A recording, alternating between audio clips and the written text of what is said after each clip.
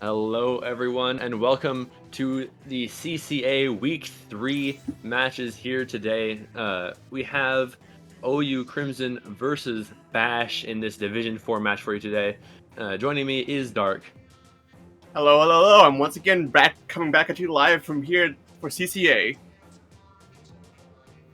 These two teams today have some very similar results and yet have somehow never actually played against each other. Bash having been the second place team in last season's Division 5, as well as getting the silver bracket in entrance exam. Meanwhile, OU Crimson in a very similar fourth place Division 5 and bronze bracket winners in entrance exam. So I think it'll be a very competitive match here today. Yeah, for sure. They're definitely almost neck and neck in terms of their results, and I'm really excited to see like what they might bring out in terms of their roster. OU Crimson seems to have a very large pool they can pull from it. I'm really excited to see how Bash might try to adapt to that. For sure. I'm wondering if Bash is hoping to make up for the unfortunate loss of their of their university's basketball team this week by just kind of putting this set away and taking taking this home. Um, but we'll see how this goes for them as we start to get into this match.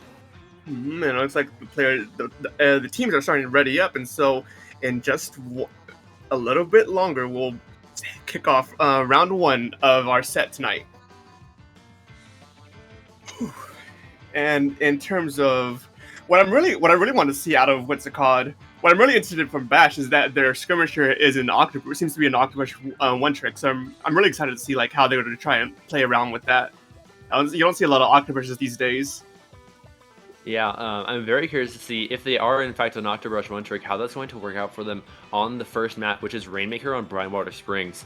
As a very kind of backline, kind of heavy linear map. Even although those walls might provide some opportunities for them to use that Zipcaster and try and get some flanks off. So, what do you think we're going to be seeing here for this map? As for what we're to be seeing, they're definitely going to try and abuse pretty much the size of the map. You really want to try and maximize your long range with your flanks. And so what we might end up seeing is maybe like perhaps an Elite or a Hydra from one side, and then they're just two flanking weapons. But I guess we're about to hear in just a second as the match has started, and we'll see what exactly they're lining up. All right, let's see what we got here. We do have very, very short range comp on the side of Bash. And there goes the E-Leader. E-Leader scope from the side of OU Crimson here. All right, just to kick things off, it looks like they're pretty much gunning it down the ramp. Doesn't seem like anyone's trying to want to take that drop. And, maybe this machine's going down. They're going for a flank. Interesting to see. We'll see how they try and get a pick. Oh, and two's already down inside of a Bash, it seems like. Yeah, the machine flank able to pick off the E-Leader, but not before the E-Leader found two of their teammates. The 3-2 advantage there, allowing OU Crimson to make a quick play for that checkpoint. And they're looking like they're going to want to continue this push even further with that Zipcaster online. Yes, the momentum is definitely in OU's favor with two down once again. That first checkpoint popped within a minute. And they just keep going and going. If they can keep this pressure going, it will just be a quick knockout for OU Crimson. And it looks like they're going. Ooh, they're playing around. They're playing neutral. But is that the knockout? And that's the quick knockout. Woo! OU Crimson just putting on a really good performance there. Not really worried about the machine who was flanking because he just wasn't fast enough. And then just able to go straight into their opponent's spawn, keep them there, locked out. And just push that Rainmaker from mid to the checkpoint to the KO, all within just about a minute. Just a really well-played game there by OU Crimson. There's very good coordination from them, just being able to get those early picks to get that first checkpoint, and then not just stopping there, but keeping that pressure up, keeping them pushed up from the ramp. They might have had, I've already forgot. It was so fast. I didn't really get time to really fully analyze which side had which, but I think the E-Leader was the side that was on Bash's side. Am I right, or am I misremembering that? I believe the E-Leader was playing for Crimson. Crimson. All right, well there you go. So because of that range advantage, they just Bash just wasn't able to get in, and they just because of that just faltered after the first team fight. Because once that first team fight's down, the Ealer moves up, and because of the size of the map, they just kind of faltered. And less than a minute, I haven't seen a less than a minute game in a long time for this map. Yeah, looks like after that map, we're going on to Clamblitz on Eeltail Alley, another very volatile mode. And I'm going to be curious to see how Bash's very aggressive comp will be able to handle this map. Personally, I think it might be better served for them on this map in particular, just because Brine Water's such a backline favored map. And I think Bash could definitely make something happen with their fast comp here if they decide to bring that back out again. Yes, the very short ranged weapon lineup could go really well if they have the coordination to sort of take advantage of those sight lines, take advantage of the one or two picks, and get to really push up forward and get this momentum snowballing in their favor. Because it's a more narrow map this time as opposed to just a more open map from Brine Water. I think Bash definitely has a bit more going for them in terms of just the map layout and whatnot. And it really is just gonna boil down to how can they adapt to the map as well. All right, kicking off to round 2. We're on clan-based Eeltail. We'll see what exactly they're all gonna be lining up for. It looks like we have Bash here in the yellow, OU Crimson in the blue. Crimson opting not to bring their backline back out. Two very, very aggressive comps with 96 gals as their quote-unquote anchor weapons on both sides here. And just lots and lots of aggression for this map. Yes, for the side of OU Crimson, they don't have double Kraken, which might be sort of an issue if Bash just can't deny them those Krakens. And right now we're sort of they're playing neutral right now. The Octopus goes down, but 2 go down on the side of OU Crimson. Bash needs to go forward and try and keep those momentum going, because the moment they let up, they just lose all of this advantage that they just gained. Yeah, but as you were saying, that 2 went down on the side of Bash, and so they weren't able to make that push happen. And now with no specials online and all their players staggered out of respawns, OU Crimson is going to get an opportunity here to push. But the roller does go down, and this could be either the start of a push or the end of one, depending on how these fights play out. As it seems to be a sort of back and forth, 2 go down for one team, then the other 2 go down on the next team, and right now it's this constant back and forth that they're trying to get footing over one another. Right now it looks like that 96 gal is trying to get a few more clans, try to anchor themselves in that position under the bridge to sort of try and get a push. And with the Kraken now, and potentially 2 down already, this looks like to be going in OU Crimson's favor. Yeah, last one alive now is a full delayed team wipe here for Bash, as OU Crimson is going to be able to get those clans in. Their players are not in great positions to try and defend this push, though, and I'm thinking that this might be the end, unless they can start scoring some more clans, which it looks like they have. If they can just get a couple more picks and keep scoring these clans, this push should go on for a long time more. Yes, I think with Bash, their issue, not Bash, with OU Crimson, they definitely have the more short-range prowess to sort of melt them down instantly, but so Bash really needs to play to their range to their advantage, because they definitely can outrange the other team if they just play it more slowly, more methodically with their weapons. And right now it seems the basket's closed up, and now they're trying to reset back to neutral, but it's going to be a struggle with all that paint. They need to focus on getting some paint down from their side to sort of get a push, or else that Shark, just like that, is going to take 1, 2 down, 1 down. Yeah, the Shark was successful there from the roller, but I'm not sure if it was worth the trade, at least not at that moment, just because it gave up that control. And now Bash is in control of mid, is looking to make a push here, but they don't have any specials online. They only just popped the triple link strike. The Tetris used that reslider, go in and get a pick, and now it's 2 down on the side of Bash. This push is going to be shut down before we can even get started, as the last couple players are jumping out, and OU Crimson is looking to take back control of mid here.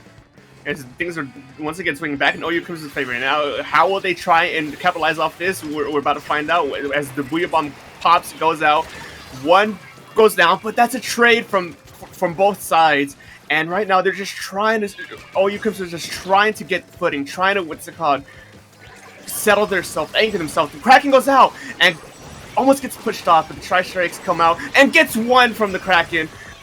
Oh, it trades back and forth from both sides. Really hard to tell who exactly is an advantage right now. Yeah, the second Kraken here coming out, not able to find anything, but does manage to score the ball. As OU Crimson is now making a second push here. 2 down on each side. No clams are left. And that's the wipe! OU Crimson goes down! Oh, with the wipeout, this is Bash's turn to sort of try and go forward and sort of bash their way forward and try and get this advantage. With that wipe, they really need to get those clams. They really need to get that paint, and they really need to push this advantage, keep the pressure going. We're now less than a minute left, so they really have to get things going with the only 35 points remaining in OU Crimson's favor. Yeah, but they just kind of gave up mid there for free.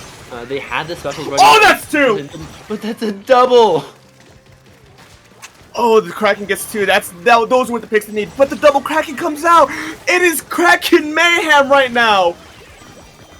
Oh, yeah, the Krakens, I think, I'm not sure how much of that was the Krakens and how much of that was the rest of the team, but the double Kraken defense here, able to shut down that push before it got really scary. And only 20 seconds left on the clock.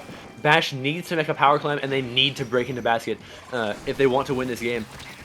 But Bash there's 2 down, and the Tetras are in, and it's looking like it's just going to go to Crimson's favor here, especially if they can score this power climb. And that's the score. Will it go? Ooh, I'm gonna be honest. I'm not sure overtime rules, but I'm pretty sure yes, it will go to overtime. And that's game. A very short-lived overtime, but a very valiant effort from both teams. Yeah, just OU Crimson able to bounce back from that disadvantage, take down the players of Bash, and then roll straight into their spawn with that double Kraken, and just and make the scores where they needed to. Honestly, just a really well played game again from both teams, really, but especially Crimson's defensive prowess there. Yes, I will say both teams are able to get picks off of each other, but I think OU Crimson is playing off their own picks better, or playing off their own trades better, because a lot of that early game in the neutral, 2 would go down, and then 2 of the other team will go down, and on paper it should just remain in a neutral state, but a lot of the time it's OU Crimson that's going up and pushing in that advantage, keeping them on the back foot, making sure they don't have the time and space to recover and sort of set themselves down and anchor themselves. Yeah, I just feel like Bash wasn't pressing their advantages when they needed to, especially off of a couple of those wipes that they got. Just weren't pushing up far enough and trying to stagger their opponents, and that allowed OU Crimson to get to kind of find their footing again, to get settled, and to build specials, and then just to push right back in. So I think if Bash wants to bring this game back, they need to start being a bit more proactive with their picks, like you had mentioned, in order to actually make the picks have value. Yes, Bash was definitely. I'm sorry, they were definitely more slower on the retakes in their favor. Towards the end of that last game, there was that almost complete team wipe, I believe, if I remember correctly, and they had the chance to just pretty much go all the way to their basket and set themselves there, but they were slow on that advance, and they decided to set themselves in mid, which allowed OU Crimson to come back, recover from that wipe, and just sort of keep their defenses up. And yeah, that's all. All right, looks like game 3 is going to be Splat Zones on Manta Maria. A returning map here from Splatoon 2 that most teams really don't have all that much experience with right now, because of its kind of new status within Splatoon 3. But let's see what these teams decide to bring for this map. All right. And the Viper comes out, and that's a very exciting choice. And we'll see how things are going to be played out right now. It looks like one side definitely has favors LDE more than the other. We'll see. It seems like it'll be, with this game initiating, that Wiper's gonna go for a deep flank. It looks like we'll see how that plays out here in a little bit. Can they get a pick? They get one pick. It looks like. Can they get another? Yeah, OU Crimson here able to take advantage of the Wiper flank, but in order to capture the zone and get 2 picks there, Bash now kind of on the back foot, but coming back into this game, the Tetra's down, the Wiper is coming back in just now, so Bash has this opportunity to make something happen. But the brush is behind, they get picked off. It's just it's a bloodbath here on the zones as these teams fight for control. Again, it's trade after trade, and it really is. It's going at this rate. It's going to just boil down to who can play better off those trades. Right now, Bash is 2 down, and OU Crimson's putting up the pressure. But now OU Crimson has 2 down. It's up to Bash to sort of try and retake their space, trying to retake their area, and to push up and keep them from getting more points. Yeah, 3 of Bash's players, almost everybody in that bunker there. But the brush does go down and the splash escapes with his life, or with their life, sorry. With the crab almost ready, and the machine now going down, is now a 3-2 advantage in favor of Bash. If they can make something happen here, they might be able to retake these zones, get some penalty points, and get some extra time that they desperately need. But it seems like the crab is just going to be shutting that down. Because that crab is definitely going to be a thorn in their plans, and once again Bash has 2 down. OU Crimson has the advantage, and they're definitely going to try and make the most of this advantage right now as zones back in their favor. Time's ticking down. 30 points remaining for OU Crimson. Bash really needs to make something work here. 1 goes down, 3 goes down on OU Crimson. This is Bash's chance to take zone and push up forward to try and keep them on the back foot. Yeah, Bash finally able to take control of the objective here, and with 0 penalty points on the board, they're going to be able to be scoring this entire time. But OU Crimson now getting staggered. The brush and the splash both go down, as only the hammer is online for OU Crimson here. The Tetra's going down again, and the hammer trades out. Bash is just getting all the trades and all the picks they need to maintain control here. They have complete control of their opponent's street, and this could be a game-winning push if they play their cards right. This is exactly what they needed to be doing. This is exactly the things they need to be doing, locking them out. But the flank, the zip casting octopus is definitely going to try and disrupt their attention, sort of pull them away, break that front line, this sort of fortified wall that they put up. And right now it's broken. The octopus on Bash's went down. 2 other go down on Bash's side, and OU Crimson definitely has this advantage right now, and they definitely need to try and recover as best as they can. Bash. Yeah, Bash almost able to find the lead there, but just not quite able to because of the distraction put on by the Octobrush, pulling their players away and allowing OU Crimson to get into the zone and take it back. Now 2 specials are online for Bash as they try to push back in here. The Booyah Bomb also almost ready. They might be able to take this back. The zone is already flipped and the Booyah is coming out, but there's a player down. Oh, that's 2 down on Bash's side. Oh, OU Crimson has 1 missing, and 3 goes down. Oh, this is definitely gonna. They have 1 minute remaining, but 15 points remaining for OU Crimson. I don't see a good way at how they can stall this out with how they're getting staggered right now. Yeah, Bash is not able to find their footing here on the defense. Meant that OU Crimson was able to, after a bit of a scary push from Bash, come back in, take control, and deny Bash the ability to push back in. A very close game there. There's a couple of slip-ups on each team's side that led to the victory of OU Crimson here. Yes, I will say Bash, that initial their first and only push, if I know how to count, their first and only push that they managed to pull off, they were able to keep OU Crimson just out of the area, out of everywhere, just keeping them in their spawn, keeping them staggered. And what really broke that is just the fact that the Octobrush managed to get from behind them, get to them from the side, and just sort of like, just not necessarily threaten or get a kill on anyone, but just sort of their presence just sort of like pulled them away, distract them, and allowed the rest of their team to sort of like start funneling in to sort of like take advantage of that distraction and get those picks. And that's really that was really well played from OU Crimson to get that initial wall broken. Yeah, and I'd like to point out that the flank was performed with the Zipcaster, which meant that once they were done drawing attention away, they were able to just recall back to their team to help with the main push, which was a really cool way to make that happen. Um, so big props to the Brush player on the side of OU Crimson for that amazing play.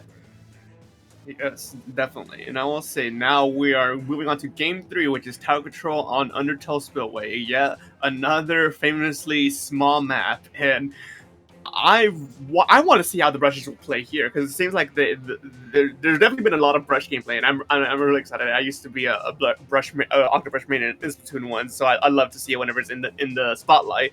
And so I'm just kind of see how these players will play with it on this map because I don't think I've seen a lot of gameplay of it here.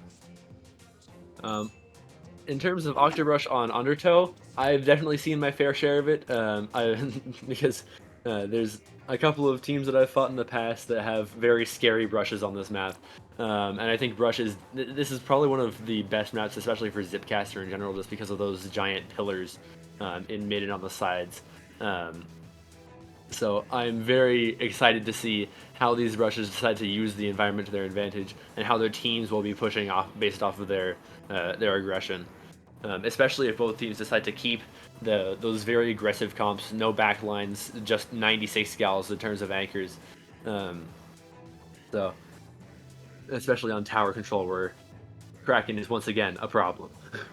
Yes, that is also another option for both these teams. They've brought 96 on both sides have brought 96 gal decos for the game, so we might see them again this game around. And in here, in just a moment, we'll see. And once again, as the teams are ready to play, and we head on to game 4, I believe, which is match point for OU Crimson. No 96 decos, which is some might cheer, some might. The Kraken's a very much hot topic right now, currently. But we'll see. Well, that's for a later day. We'll talk about that for a later day. But right now, we're onto the game. Looks like Bash definitely has the paint advantage right now as they're trying to reclaim their turf. They're trying to anchor down their area and sort of like keep OU Crimson back. Yeah, only one brush here on this map, but we do have the Slosher Deco from OU Crimson. An interesting pick, but I'm very excited to see how they manage to play with it. One now going down on the side of Bash, but 3 specials are online. 2 down on the side of Bash. As the Tri-Strikes are popped to try and stall that tower, but it's not really going to work out here, as OU Crimson is looking to take this first checkpoint and maybe even take the second. Yes, as I'm now realizing that there's a Kraken roll on one side. I completely lied about there being no Krakens. Still a new weapon, but 3 go down on OU Crimson. Bash needs to go up the paint ahead and really get pushed. A delayed team wipe now. They really need to push his advantage as best as they can. Right now, they see OU Crimson seems to be all stacked on the right side, and there goes one trade. But the Blaster's still on the right side. Do Bash know that they're over there? One player seems to know, and that would probably maybe give them 3 points. Yeah, the Tetra is going down there to that triple link strike. The second triple link strike now coming out from the side of Bash as they take the lead, and there's really no contest for this checkpoint right now. The Range Blaster finds the pick onto the Junior just in time to prevent the checkpoint from being cleared. A very clutch pick there from the Range Blaster as OU Crimson pushes back into mid and is looking to make another push of their own with 2 specials online. Yes, Bash right now currently in the lead, which is, I think, a first for them this entire set. And really, we're going to see how they can try and keep this lead right now. 2 go down on the side of Bash, and OU Crimson definitely has this advantage right now. But they need to paint up. The Slosher goes down by the T-Tech. 2 are. This is very back and forth right now. I can't keep up. Yeah, I was worried for a moment there that OU Crimson had forgotten about the tower, but they were just waiting for the Kraken to be online so they could clear that checkpoint easily. Now just the Junior alive, but goes down. OU Crimson now at the 3rd checkpoint. Bash needs to get them off this tower before they can get that KO, because otherwise this will be the end of the set for them if they don't. The brush on there it's 3 down for the side of Bash. This is looking really bad. 3 points remaining, and there's a trade, but not the trade that they needed, as OU Crimson takes the set with a 4-0. Whew, that was a very 4-0 seems one-sided on paper, but those are very fun games that I'm very much glad I at least witnessed. I will say I don't see a lot of coverage these days, so I'm always glad to see them around. Yeah, just OU Crimson masterfully maneuvering around that tower, using their specials just when they needed to, and getting the trades and the picks that they needed to just kind of brute force their way through the second and third checkpoints there. Bash just never quite able to collect themselves. Fell into that feed stagger loop that is always dangerous in a game of Splatoon. Just ends up ruining them there. But this might not be the end. We will see whether or not these teams will agree to play out the last 3 sets, as is CCA tradition. Or 3 games, sorry. There's only 1 set. But yeah, we will see if teams decide to play these last 3 games or if they're going to call it here. Oh, it seems to be. All right, then. Well, 4 games in 1 set. That's still the bare minimum, at least. I will say good performance for both teams. I really enjoyed seeing how both teams played today. Yeah, I'm very excited to see how OU Crimson continues to perform in this league. Now they're now 3-0 in terms of sets. Week 1, Week 2, and Week 3 all going in their favor. So they could be very strong contenders for playoffs this season if they can keep this up. Yes, just like these games, the momentum is definitely in OU Crimson's favor. But I think that should be it for us. I believe, unless there's anything else that we need any last minute surprises that I'm not aware of. No, it seems like that's going to be it for this set. I have been Jay Slosh. I've been joined by Dark. Dark, where can they find you? You can find me on Twitter at SPF Dark, as you see on the screen, or somewhere, I believe. I'm not sure exactly where. SPF_Dark. You can find me there both on Twitter and Twitch. I'm not as active right now, but that's currently being worked on. And where can they find you, Jay Slosh? They can find me on Twitter at JSlosh or on YouTube at JSlosh, where I stream my competitive sets, both scrims and tournaments. So feel free to stop by and say hi. And with that being said, thank you for stopping by, everybody. We have a couple more sets for you coming up on the hour. And we will see you all another time. Stick around, folks.